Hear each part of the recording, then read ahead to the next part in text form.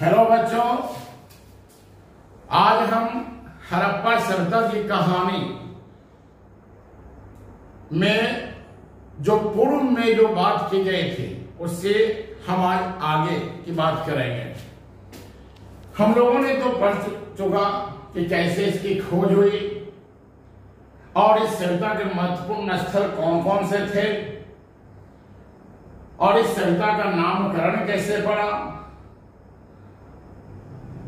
आज हम समझेंगे कि सभ्यता में काल निर्धारण।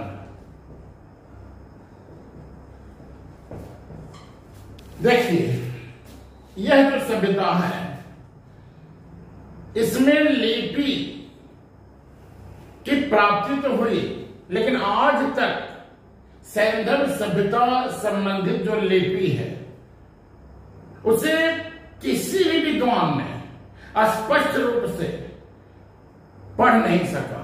इस कारण हम इस सभ्यता का जो लेखन है, हम इस सभ्यता की जो जानकारी है विभिन्न इतिहासकारों द्वारा लिखित पुस्तक के माध्यम से करते हैं। और उन विभिन्न इतिहासकारों ने सभ्यता संबंधित जो पुरातात्विक साक्ष्य थे उस साक्ष्य के आधार पर अलग अलग ढंग से इन्होंने काल का निर्धारण किया है। सबसे बड़ी बात है,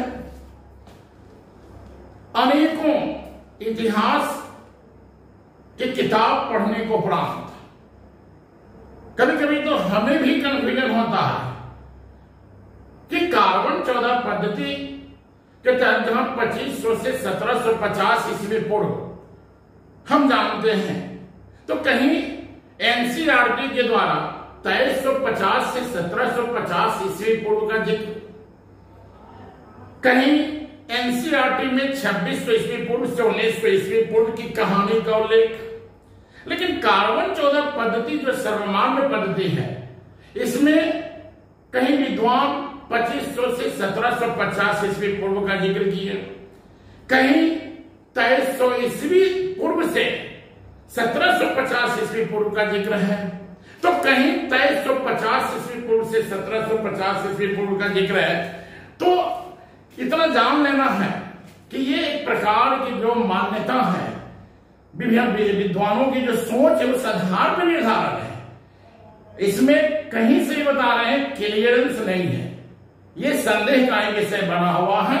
इसीलिए यहां पे ये नहीं रखना है नहीं ये गलत है, ये सही है जो राइटर ने लिखा। अब जानिए, तो सबसे पहले हम देखते हैं sir John Marshall. Sir John Marshall, चूंकि इन्हीं के निर्देशन में राय बहादुर दयाराम शाही ने हड़प्पा का पता लगाया और 1924 में इन्होंने बताया लंदन वीकली नामक पत्रिका में पूरे विश्व के समक्ष इसका उल्लेख किए थे। तो सर जॉन मार्शल ने बताया 3250 ईस्वी पूर्व से 2750 ईस्वी पूर्व। अर्नेस्ट मैके, ये भी विद्वान है, अर्नेस्ट मैके, इन्होंने कहा 2800 ईस्वी पूर्व से 2500 ईस्वी पूर्व। यहां ईस्वी पूर्व ही छिपा हुआ, ध्यान रखना, हमें लिखने की आवश्यकता नहीं, लेकिन आपकी जानकारी के लिए लिख देते हैं। और फिर हम बात करते हैं और भी विद्वान हैं, लेकिन उन सभी को बातों का दरकिनार करते हुए आते हैं कार्बन 14 पद्धति में। यह जो कार्बन 14 पद्धति है, इस पद्धति के तहत जहां 2500 से 1750 ईस्वी पूर्व की बात है, वहीं एनसीईआरटी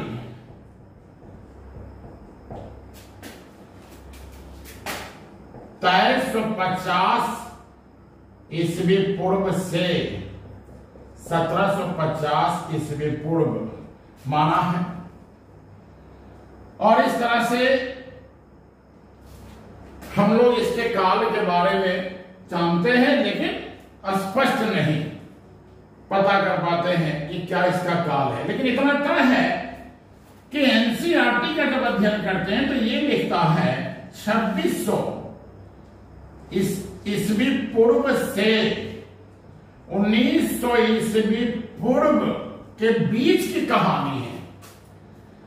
अब आते हैं बच्चों, ये कार्बन 14 पद्धति क्या है? आपने इसके पहले पढ़ा था पुरातत्व,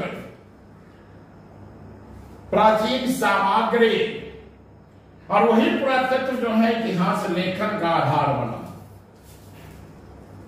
और कार्बन 14 पद्धति की बात करते हैं। एक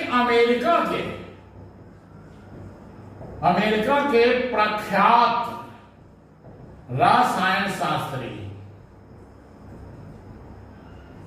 जिनका नाम है बीएफ लेवी। ये जो बीएफ लेवी है, ये प्रख्यात रसायन शास्त्री, इन्होंने ही बता रहे 1946 ईस्वी में 1946 ईस्वी में कार्बन 14 पद्धति की खोज किया। परीक्षाओं में पूछे जाते हैं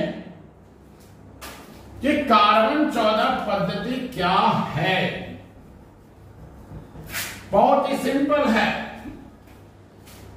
सबसे पहले में समझना है कि संसार में जितने भी सजीव प्राणी हैं, सजीव प्राणी, और सजीव क्या है आपको पता है,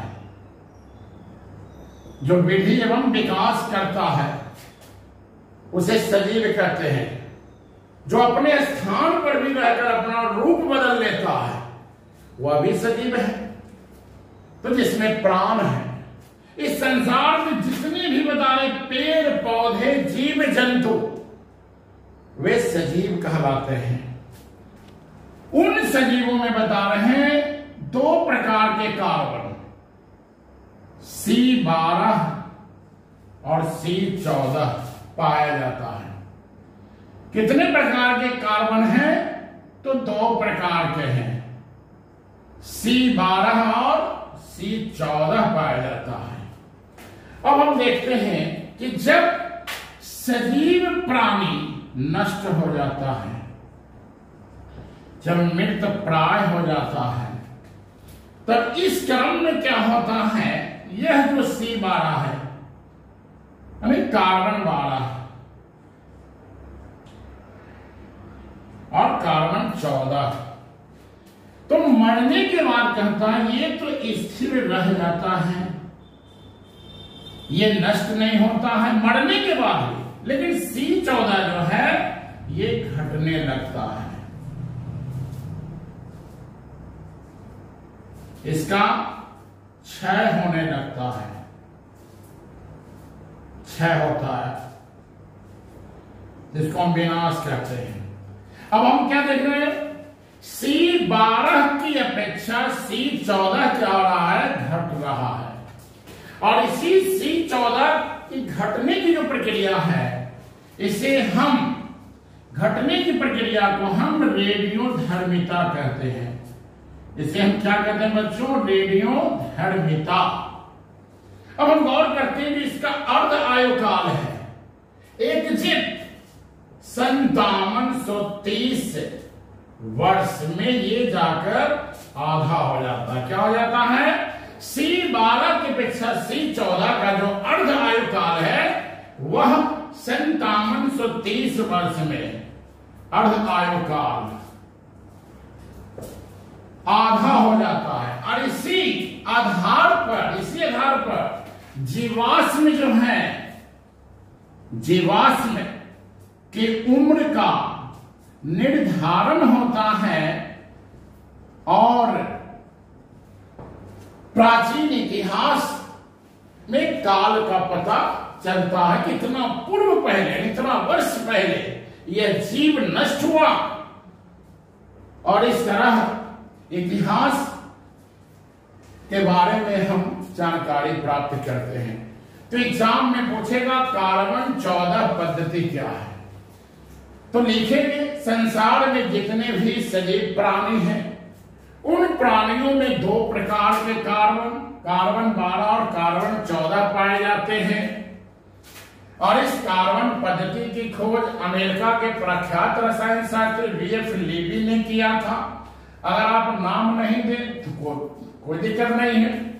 तो कार्बन 12 और कार्बन 14 पाया जाता है। जब प्राणी का विनाश हो जाता है तो कार्बन 12 की अपेक्षा कार्बन 14 घटने लगता है। यानी कार्बन 12 तो स्थिर रहता है, लेकिन इसकी अपेक्षा कार्बन 14 नष्ट होने लगता है, जिसका अर्ध आयु का 5730 वर्ष है। और इसे हम कार्बन 14 पद्धति या क्षय की प्रक्रिया को रेडियो धर्मिता या कार्बन डेटिंग पद्धति भी कहते हैं। और इस पद्धति के आधार पर जो काल का निर्धारण है वह आपका 2500 से 1750 बीसी बिफोर क्राइस्ट, या हम यहाँ 2350 से 1750 भी लिखें, कोई दिक्कत नहीं है। चलिए, तो काल निर्धारण की बात हुआ। अब हम यहाँ बच्चों समझेंगे कि भाई जिस सभ्यता के बारे में हम पढ़ रहे हैं, आखिर इस सभ्यता में जो लिपि थी वह किस आकार की थी और लिपि किस प्रकार से लिखा जाता था, और लिपि मिली लेकिन क्यों विद्वानों ने आज तक नहीं पढ़ा, क्या विडंबना रही। इतना तो तय है कि सभ्यतावासी लिखना जानते थे, भले आज उनकी लिपि को हम नहीं पढ़ सकते हैं। तो इतिहास में तो परिभाषा ही है कि जिस काल में मानव द्वारा लिखी गई लिपि को आज तक विद्वान नहीं पढ़ सका, उससे आधे ऐतिहासिक काल कहते हैं। तो हम लिपि की बात करते हैं, आते हैं लिपि। लिपि में देखते हैं कि भाई इसका नाम क्या है, तो भाव चित्रात्मक, चित्रात्मक या चित्राक्षर। और इसी भाव चित्रात्मक जो एक भाव को प्रकट करता था चित्र के माध्यम से, अब इस तरह से एक प्रकार से अपना वो जो संकेत अपना है, इस तरह से वो अपने संकेत के आधार पर लिखते थे, जो हमें कहां से मिला, मोहरों से मिला। और सिंधु घाटी सभ्यता में मोहर क्या है, ये सेल खरी नामक जो मुलायम पत्थर है, इस मुलायम पत्थर से बने होते थे। मोहर पे क्या है, चित्र होती थी। और इस तरह से बता रहे हैं वो चित्र क्या है कि लिपि के रूप में है। और अब देख रहे हैं कि इसलिए इसको कहते हैं भाव चित्रात्मक, इसको हम पिक्टोग्राफी भी कहते हैं। इसे हम क्या कहते हैं, पिक्टोग्राफी। आखिर बच्चों में से पिक्टोग्राफी क्यों कहते हैं, यहां पे समझना है। अब देख रहे हैं पिक्चर, PIC पिक्चर, यानी चित्र के रूप में है। और यह जो लिपि थी भाव चित्रात्मक लिपि, इसका आकार कैसा था, तो आकार सर्पिलाकार, इसे गौमुद्रिका।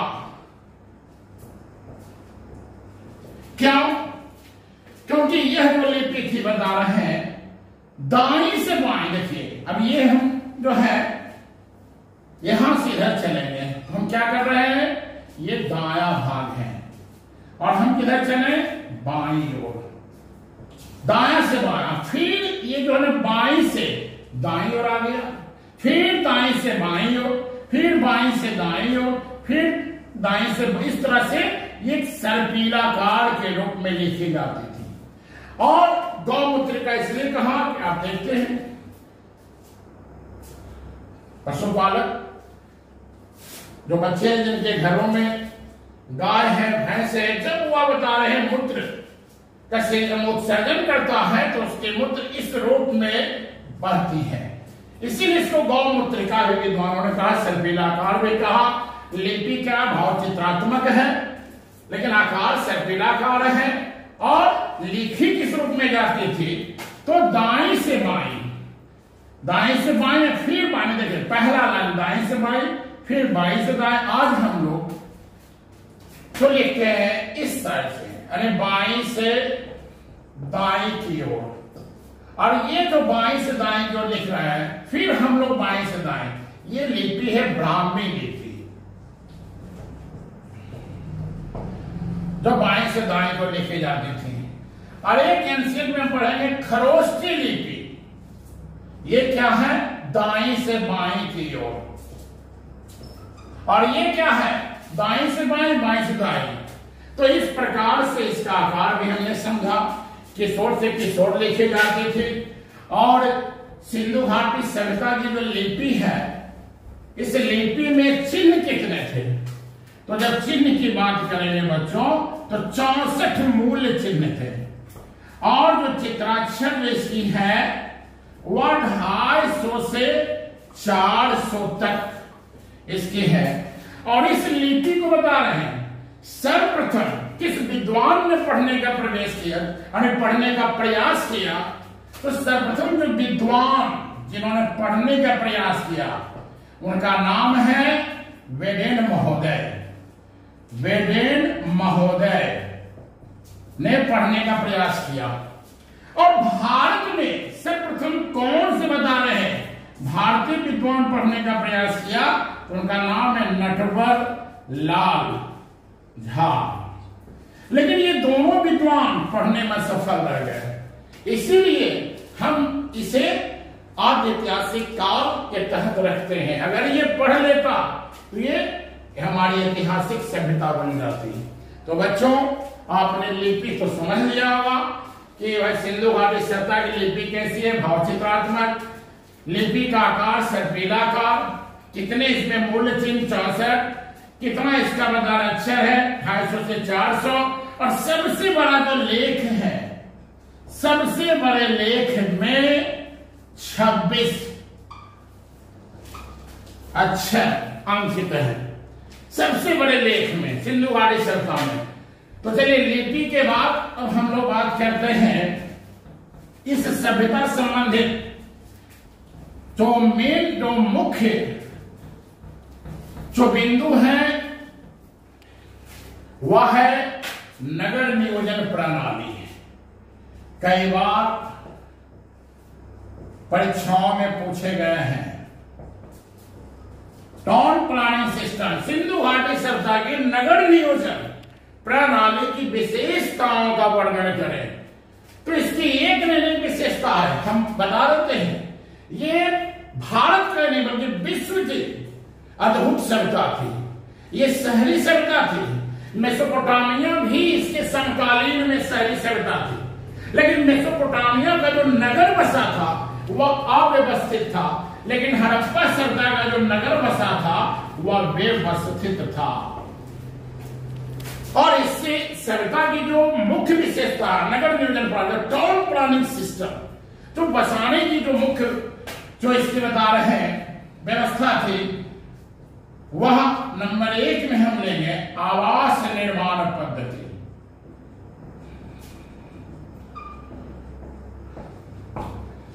बच्चों, कितनी बड़ी विडंबना है। अगर हम देखें तो हमसे बेहतर इनकी आवास निर्माण पद्धति थी। समय समय पे सफाई का प्रबंध, हर एक घरों के आंगन से गंदे जल की निकासी के लिए नाले का निर्माण किया जाना, हर एक घरों में शौचालय, स्नानागार का होना, खुला आंगन का होना, और घर के जो दरवाजे थे वह मुख्य सड़क की ओर नहीं खुलकर गली की ओर खुलते थे। एक एक्सेप्शन है लोथल, जो गुजरात में भोगवा नदी के किनारे अवस्थित था। वही एक स्थल था लोथल, जहां लोथल में जो दरवाजे थे वह मुख्य सड़क की ओर खुलते थे। अब यहां गौर करते हैं कि मान लीजिए ये मोहनजोदड़ो का एक साइट से स्थल है। सबसे बड़ी बात है कि इनका जो नगर था वह 2 टीलों में विभक्त था। ये हो गया पश्चिमी टीला, ये हो गया पूर्वी टीला। अब आप समझ सकते हैं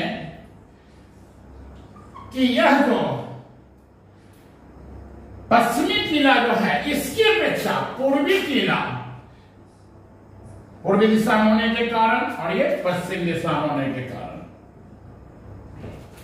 ये छोटा और ये बड़ा, ये ऊंचे स्थानों पर, ये देख रहे हैं निम्न स्थानों पे, लेकिन मुख्य तौर पे सामान्य लोगों का आवास यही था। जो समाज में रहने वाले, जो सामान्य वर्ग के लोग थे, उनका आवास था एक मुख्य शहर था। और संभवतः विद्वानों ने कहा कि ऊंचे स्थानों पर जो टीला था, संभवतः इसमें शासक वर्ग के लोग रहते होंगे। हम पढ़ेंगे राजनीतिक जीवन में कि सिंधु घाटी सभ्यता में अरे किसी भी शासक का उल्लेख नहीं है, लेकिन विद्वानों ने कहा और अध्ययन के बाद यह कहना भी पड़ता है इतनी विशाल सभ्यता का संचालन के लिए जरूर कोई केंद्रीय शक्तियां होगी। ऐसे कैसे इस सभ्यता का संचालन होता होगा? इसलिए इस सभ्यता के संचालन के जो मुख्य, जिनको माना पुरोहित या वणिक वर्ग, व्यापारिक वर्ग के हाथों में संचालन का केंद्र था। तो जो यहां पे लोग रहते थे, इनकी सुरक्षा का काफी प्रबंध था। अब ये नगर देख रहे हैं, नगर को बता रहे हैं चारों ओर कहता है किले, सुरक्षा की जो बता रहे कवच है, यानी कहता है सुरक्षा की दीवार से घेरी जाती थी। और इस तरह से यह जो है निचला टीला, पूर्वी टीला, इसमें चार दीवारियां नहीं होती थी। लेकिन कुछ वैसे स्थल हैं, हम लोग जब विशेष अध्ययन करते हैं तो पाते हैं कि जहां पूर्वी और पश्चिमी दोनों टीला, पश्चिमी या पूर्वी, सुरक्षा की दीवार से घिरे थे। ऐसा कालीबंगा में मिला। कुछ वैसे भी स्थल मिले जहां दोनों जो बता रहे हैं टीला है, दोनों टीले पे बसे जो नगर है वे विदाउट सुरक्षा की दीवार में बता रहे निर्मित है, जैसा चमोदर तो ऐसे है। अब हम देखते हैं ये किस तरह से, देखिए नगर है, ये जो आपका आया ये 10 मीटर चौड़ी लगभग ये सड़क है, इसको राजपथ कहते हैं। और इस तरह से इस सड़क से बता रहे हैं ये सड़क, फिर इस तरह की सड़क है आकर मिलती थी। अब यहां पे समझना है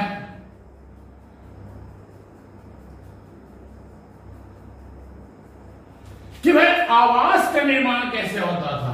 तो बच्चों ये जो मुख्य सड़क है ये गले की सड़क से जुड़ी होती थी, यानी छोटी छोटी सड़कों से जुड़ी होती थी। सड़क एक दूसरे के समकोण पर स्थित, एक दूसरे के समकोण पर काटती थी, एक दूसरे को 90 डिग्री समकोण पर काटती थी। और इस तरह से ये आपका हो गया गले की सड़क, ये जो कम चौड़ी होती थी। और इस तरह से ये हो गया, देखिए। और इसी तरह से बता रहे हैं आएगा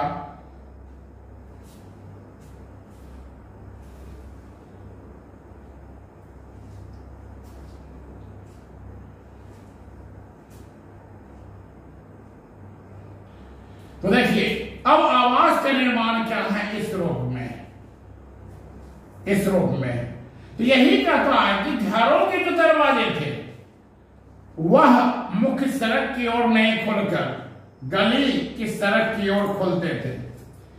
खिड़कियां जो बता रहे हैं मुख्य सड़क की ओर नहीं खुलकर गली की सड़क की ओर खुलते थे। और इस तरह से गली की सड़क जो है यह इन सड़कों से मिलती थी और ये जो सड़क है मुख्य सड़क से मिल जाती थी। इस तरह से इसकी बसावटें थी। और इन सड़क के बता रहे हैं, अब यहां से क्या बता रहे हैं, यानी नाला का निर्माण किया, हर एक घर से पानी निकलने के नाला का निर्माण किया जाता। और उन नालियों को बता रहे हैं, गली के नाले को धीरे धीरे बता रहे मुख्य सड़क के नाले से जोड़ दिया जाता था। और इस तरह से बता रहे हैं नाली के ऊपर ढक्कन की व्यवस्था की गई थी। तो ये इनका है आवास निर्माण पद्धति बता रहे हैं। और आवास निर्माण के लिए सबसे ज्यादा यहाँ पक्की ईंट का प्रयोग किया गया था। ध्यान रखना है मिस्र की सभ्यता में धूप धूप में सुखाई गई ईंट का प्रयोग हुआ।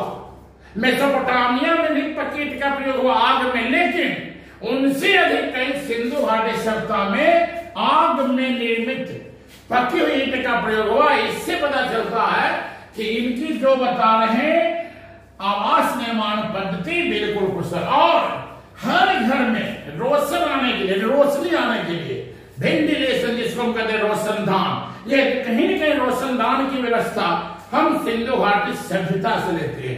आज हम जो सड़क के किनारे नाली बनाकर जो ढक देते हैं, ये कहीं न कहीं इसी सभ्यता की देन है। आज उन नालियों को जब हम ढक देते हैं तो फुटपाथ के रूप में पैदल चलने वाला पथ बन जाता है। या बड़े बड़े शहरों में उन फुटपाथ पर जो फुटकर विक्रेता है, जो बता रहे हैं छोटे छोटे जो बता रहे हैं दुकानदार है, उठाओ दुकानदार, वे बता रहे वहां से जीविकोपार्जन कर रहे हैं। तो बच्चों, और समय समय पे बता रहे नाली की सफाई की व्यवस्था कितनी बता रहे हैं। ये आज से 5000 वर्ष पूर्व हमारे ही देश में मानव का जो रहन सहन था ये उन्नत था। इस तरह से आवास निर्माण पद्धति, सड़क निर्माण प्रणाली भी आपने इसी में पढ़ लिया। तो दूसरा पॉइंट चला जाएगा सड़क निर्माण प्रणाली, सड़कें दूसरे को समकोण पर काटती थी और सड़क के दोनों ओर नालियों का निर्माण किया गया था, जिसे बताया ढका जाता था। और इस तरह से एक सड़क दूसरे सड़क से जुड़ी हुई थी, और इस तरह से एक नगर दूसरे नगर से जुड़ा हुआ था। तो तीसरा पॉइंट दे देंगे जल निकास प्रणाली, water drain system, sewerage point, sewerage system की व्यवस्था कितनी उन्नत थी कि हर घर से नाली, गली के नाले और गली के नाले को मुख्य नाली में जोड़ा गया था, और नालियों के ऊपर ढक्कन की व्यवस्था और समय समय पर नालियों की सफाई की व्यवस्था, ये इस सभ्यता की विशेषता। अन्नागार की बात करें, जिसको हम धान्य को अन्नागार की व्यवस्था। अब हमें समझना है कि अन्नागार अनाज रखने का भंडारण, और ये इसके लिए क्या निर्माण किए थे, इन्होंने कुठार बनाया था। बच्चों, इस तरह से इनका जो है कुठार, कोठी, कहीं न कहीं सिंधु घाटी सभ्यता की देन है कि आज हमारे ग्रामीण क्षेत्रों में महिलाएं जो है वह कोठी का निर्माण करती हैं। अब धीरे धीरे यह कोठी निर्माण की जो पद्धति है समाप्त हो रही है। अब मिट्टी के स्थान पे बता रहे हैं धातु की कोठियां बनाई जा रही हैं। तो अन्नागार और अन्न भंडारण की जो ये व्यवस्था थी ये उन्नत थी। तो विशाल स्नानागार, यहां से प्रश्न आ जाता है, स्नानागार नहीं, सॉरी, चलिए ठीक भी है, विशाल स्नानागार अगर हमने कहा तो मोहनजोदड़ो, और विशाल अन्नागार तो ये भी मोहनजोदड़ो। विशाल अन्नागार और विशाल स्नानागार, ये दोनों पॉइंट जो है हमेशा ध्यान रखिएगा कि अन्नागार और स्नानागार ये दोनों पॉइंट है, यानी अन्नागार और ये स्नानागार दोनों कहां से मिला है, तो मोहनजोदड़ो से। सबसे बड़ी बात है कि अन्नागार में हवा आने जाने का प्रबंध था, ताकि जो अनाज रखा गया है वह खराब नहीं हो, और निकासी की भी व्यवस्था की गई थी।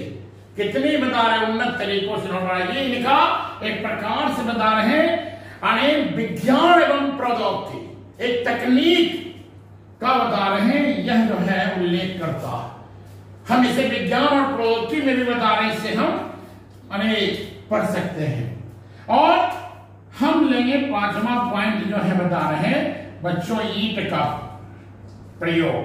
तो सिंपल है, इनके द्वारा पक्की ईंट, और जैसे आप चिमनी भट्ठा में हम लोग क्या देखते हैं, मजदूर कच्ची ईंट का निर्माण किया फरमा के द्वारा, धूप में सुखाया, और फिर उसे बता रहे हैं चिमनी भट्ठा के द्वारा अरे उन सूखी हुई ईंटों को सजाता है और फिर उसे बता रहे हैं ईंधन के माध्यम से, जिसमें लकड़ी कोयला गोईठा का प्रयोग होता, और इस तरह से उन ईंट को पकाया जाता है। पकी हुई ईंट मजबूत होती है और फिर उससे आज हम मकान बना रहे हैं। अगर आज हम ऐसा बना रहे हैं तो क्या कर रहे हैं? ये तो सिंधु घाटी की देन है और अधिक से अधिक पकी हुई ईंट का प्रयोग हुआ है। अब कालीबंगा ऐसा साइट से स्थल है जहां तो घर का आंगन भी पक्की ईंट का बना हुआ था। बाकी घरों में तो कच्ची आंगन भी मिलती है और वो कच्चा आंगन बता रहे थे कि उनकी कितनी बड़ी समझ थी कि अपना भरण पोषण भी उन्नत तरीके से कर रहे थे और पर्यावरण को भी बचा रहे थे, जल का संरक्षण करने की विधि से भी अवगत थे। आज जिस तरह से हम जमीन को बता पक्कीकृत कर रहे हैं तो हमारा भूमि जल स्तर, जो भूमिगत जल स्तर का लेयर क्या, परत क्या है, नीचे की ओर चला जा रहा है। और कच्चे आंगन में क्या होता है, जब बरसात होती है तो वर्षा का जल उस आंगन, कच्चे आंगन के माध्यम से नीचे की ओर चला जाता है। और आज से 30 साल 40 साल पहले, 25 साल पहले हमारे देश के बता रहे गांव गांव में क्या था, कच्ची मकानें थी। आप देख लीजिए जैसे जैसे हम 21वीं सदी की ओर बढ़ रहे हैं और हम कह रहे हैं कि हम विकास कर रहे हैं, हम विकास नहीं कर रहे बच्चों, हम विकास की सीमा को लांघ रहे हैं, हम विनाश की ओर अब चल दिए हैं। हम क्या कर रहे हैं, हम उस जल स्तर को नीचे की ओर ले जा रहे हैं। हम क्या कर रहे हैं, जैसे पेड़ पौधा काट रहे हैं। हम क्या कर रहे हैं, हम वातावरण को बता रहे हैं, शुद्ध कर रहे हैं। और हम इसी व्यवस्था को आज कहते हैं कि हमारा मॉडर्न एज, आधुनिक युग है, विडंबना। इससे बेहतर तो इनकी व्यवस्था। हाँ भले हम कह दें ये हवाई जहाज नहीं देखे, रेलगाड़ी नहीं चलाया, तो क्या हुआ, कितना इनका जीवन यापन क्या प्रभावित हो रहा था, बेहतरीन थे। और आज इसी लॉकडाउन में पता चल गया पूर्व में हमको, जैसे पूर्व में लोग जीवन जी रहे थे वैसे पहुंच गए हम लोग।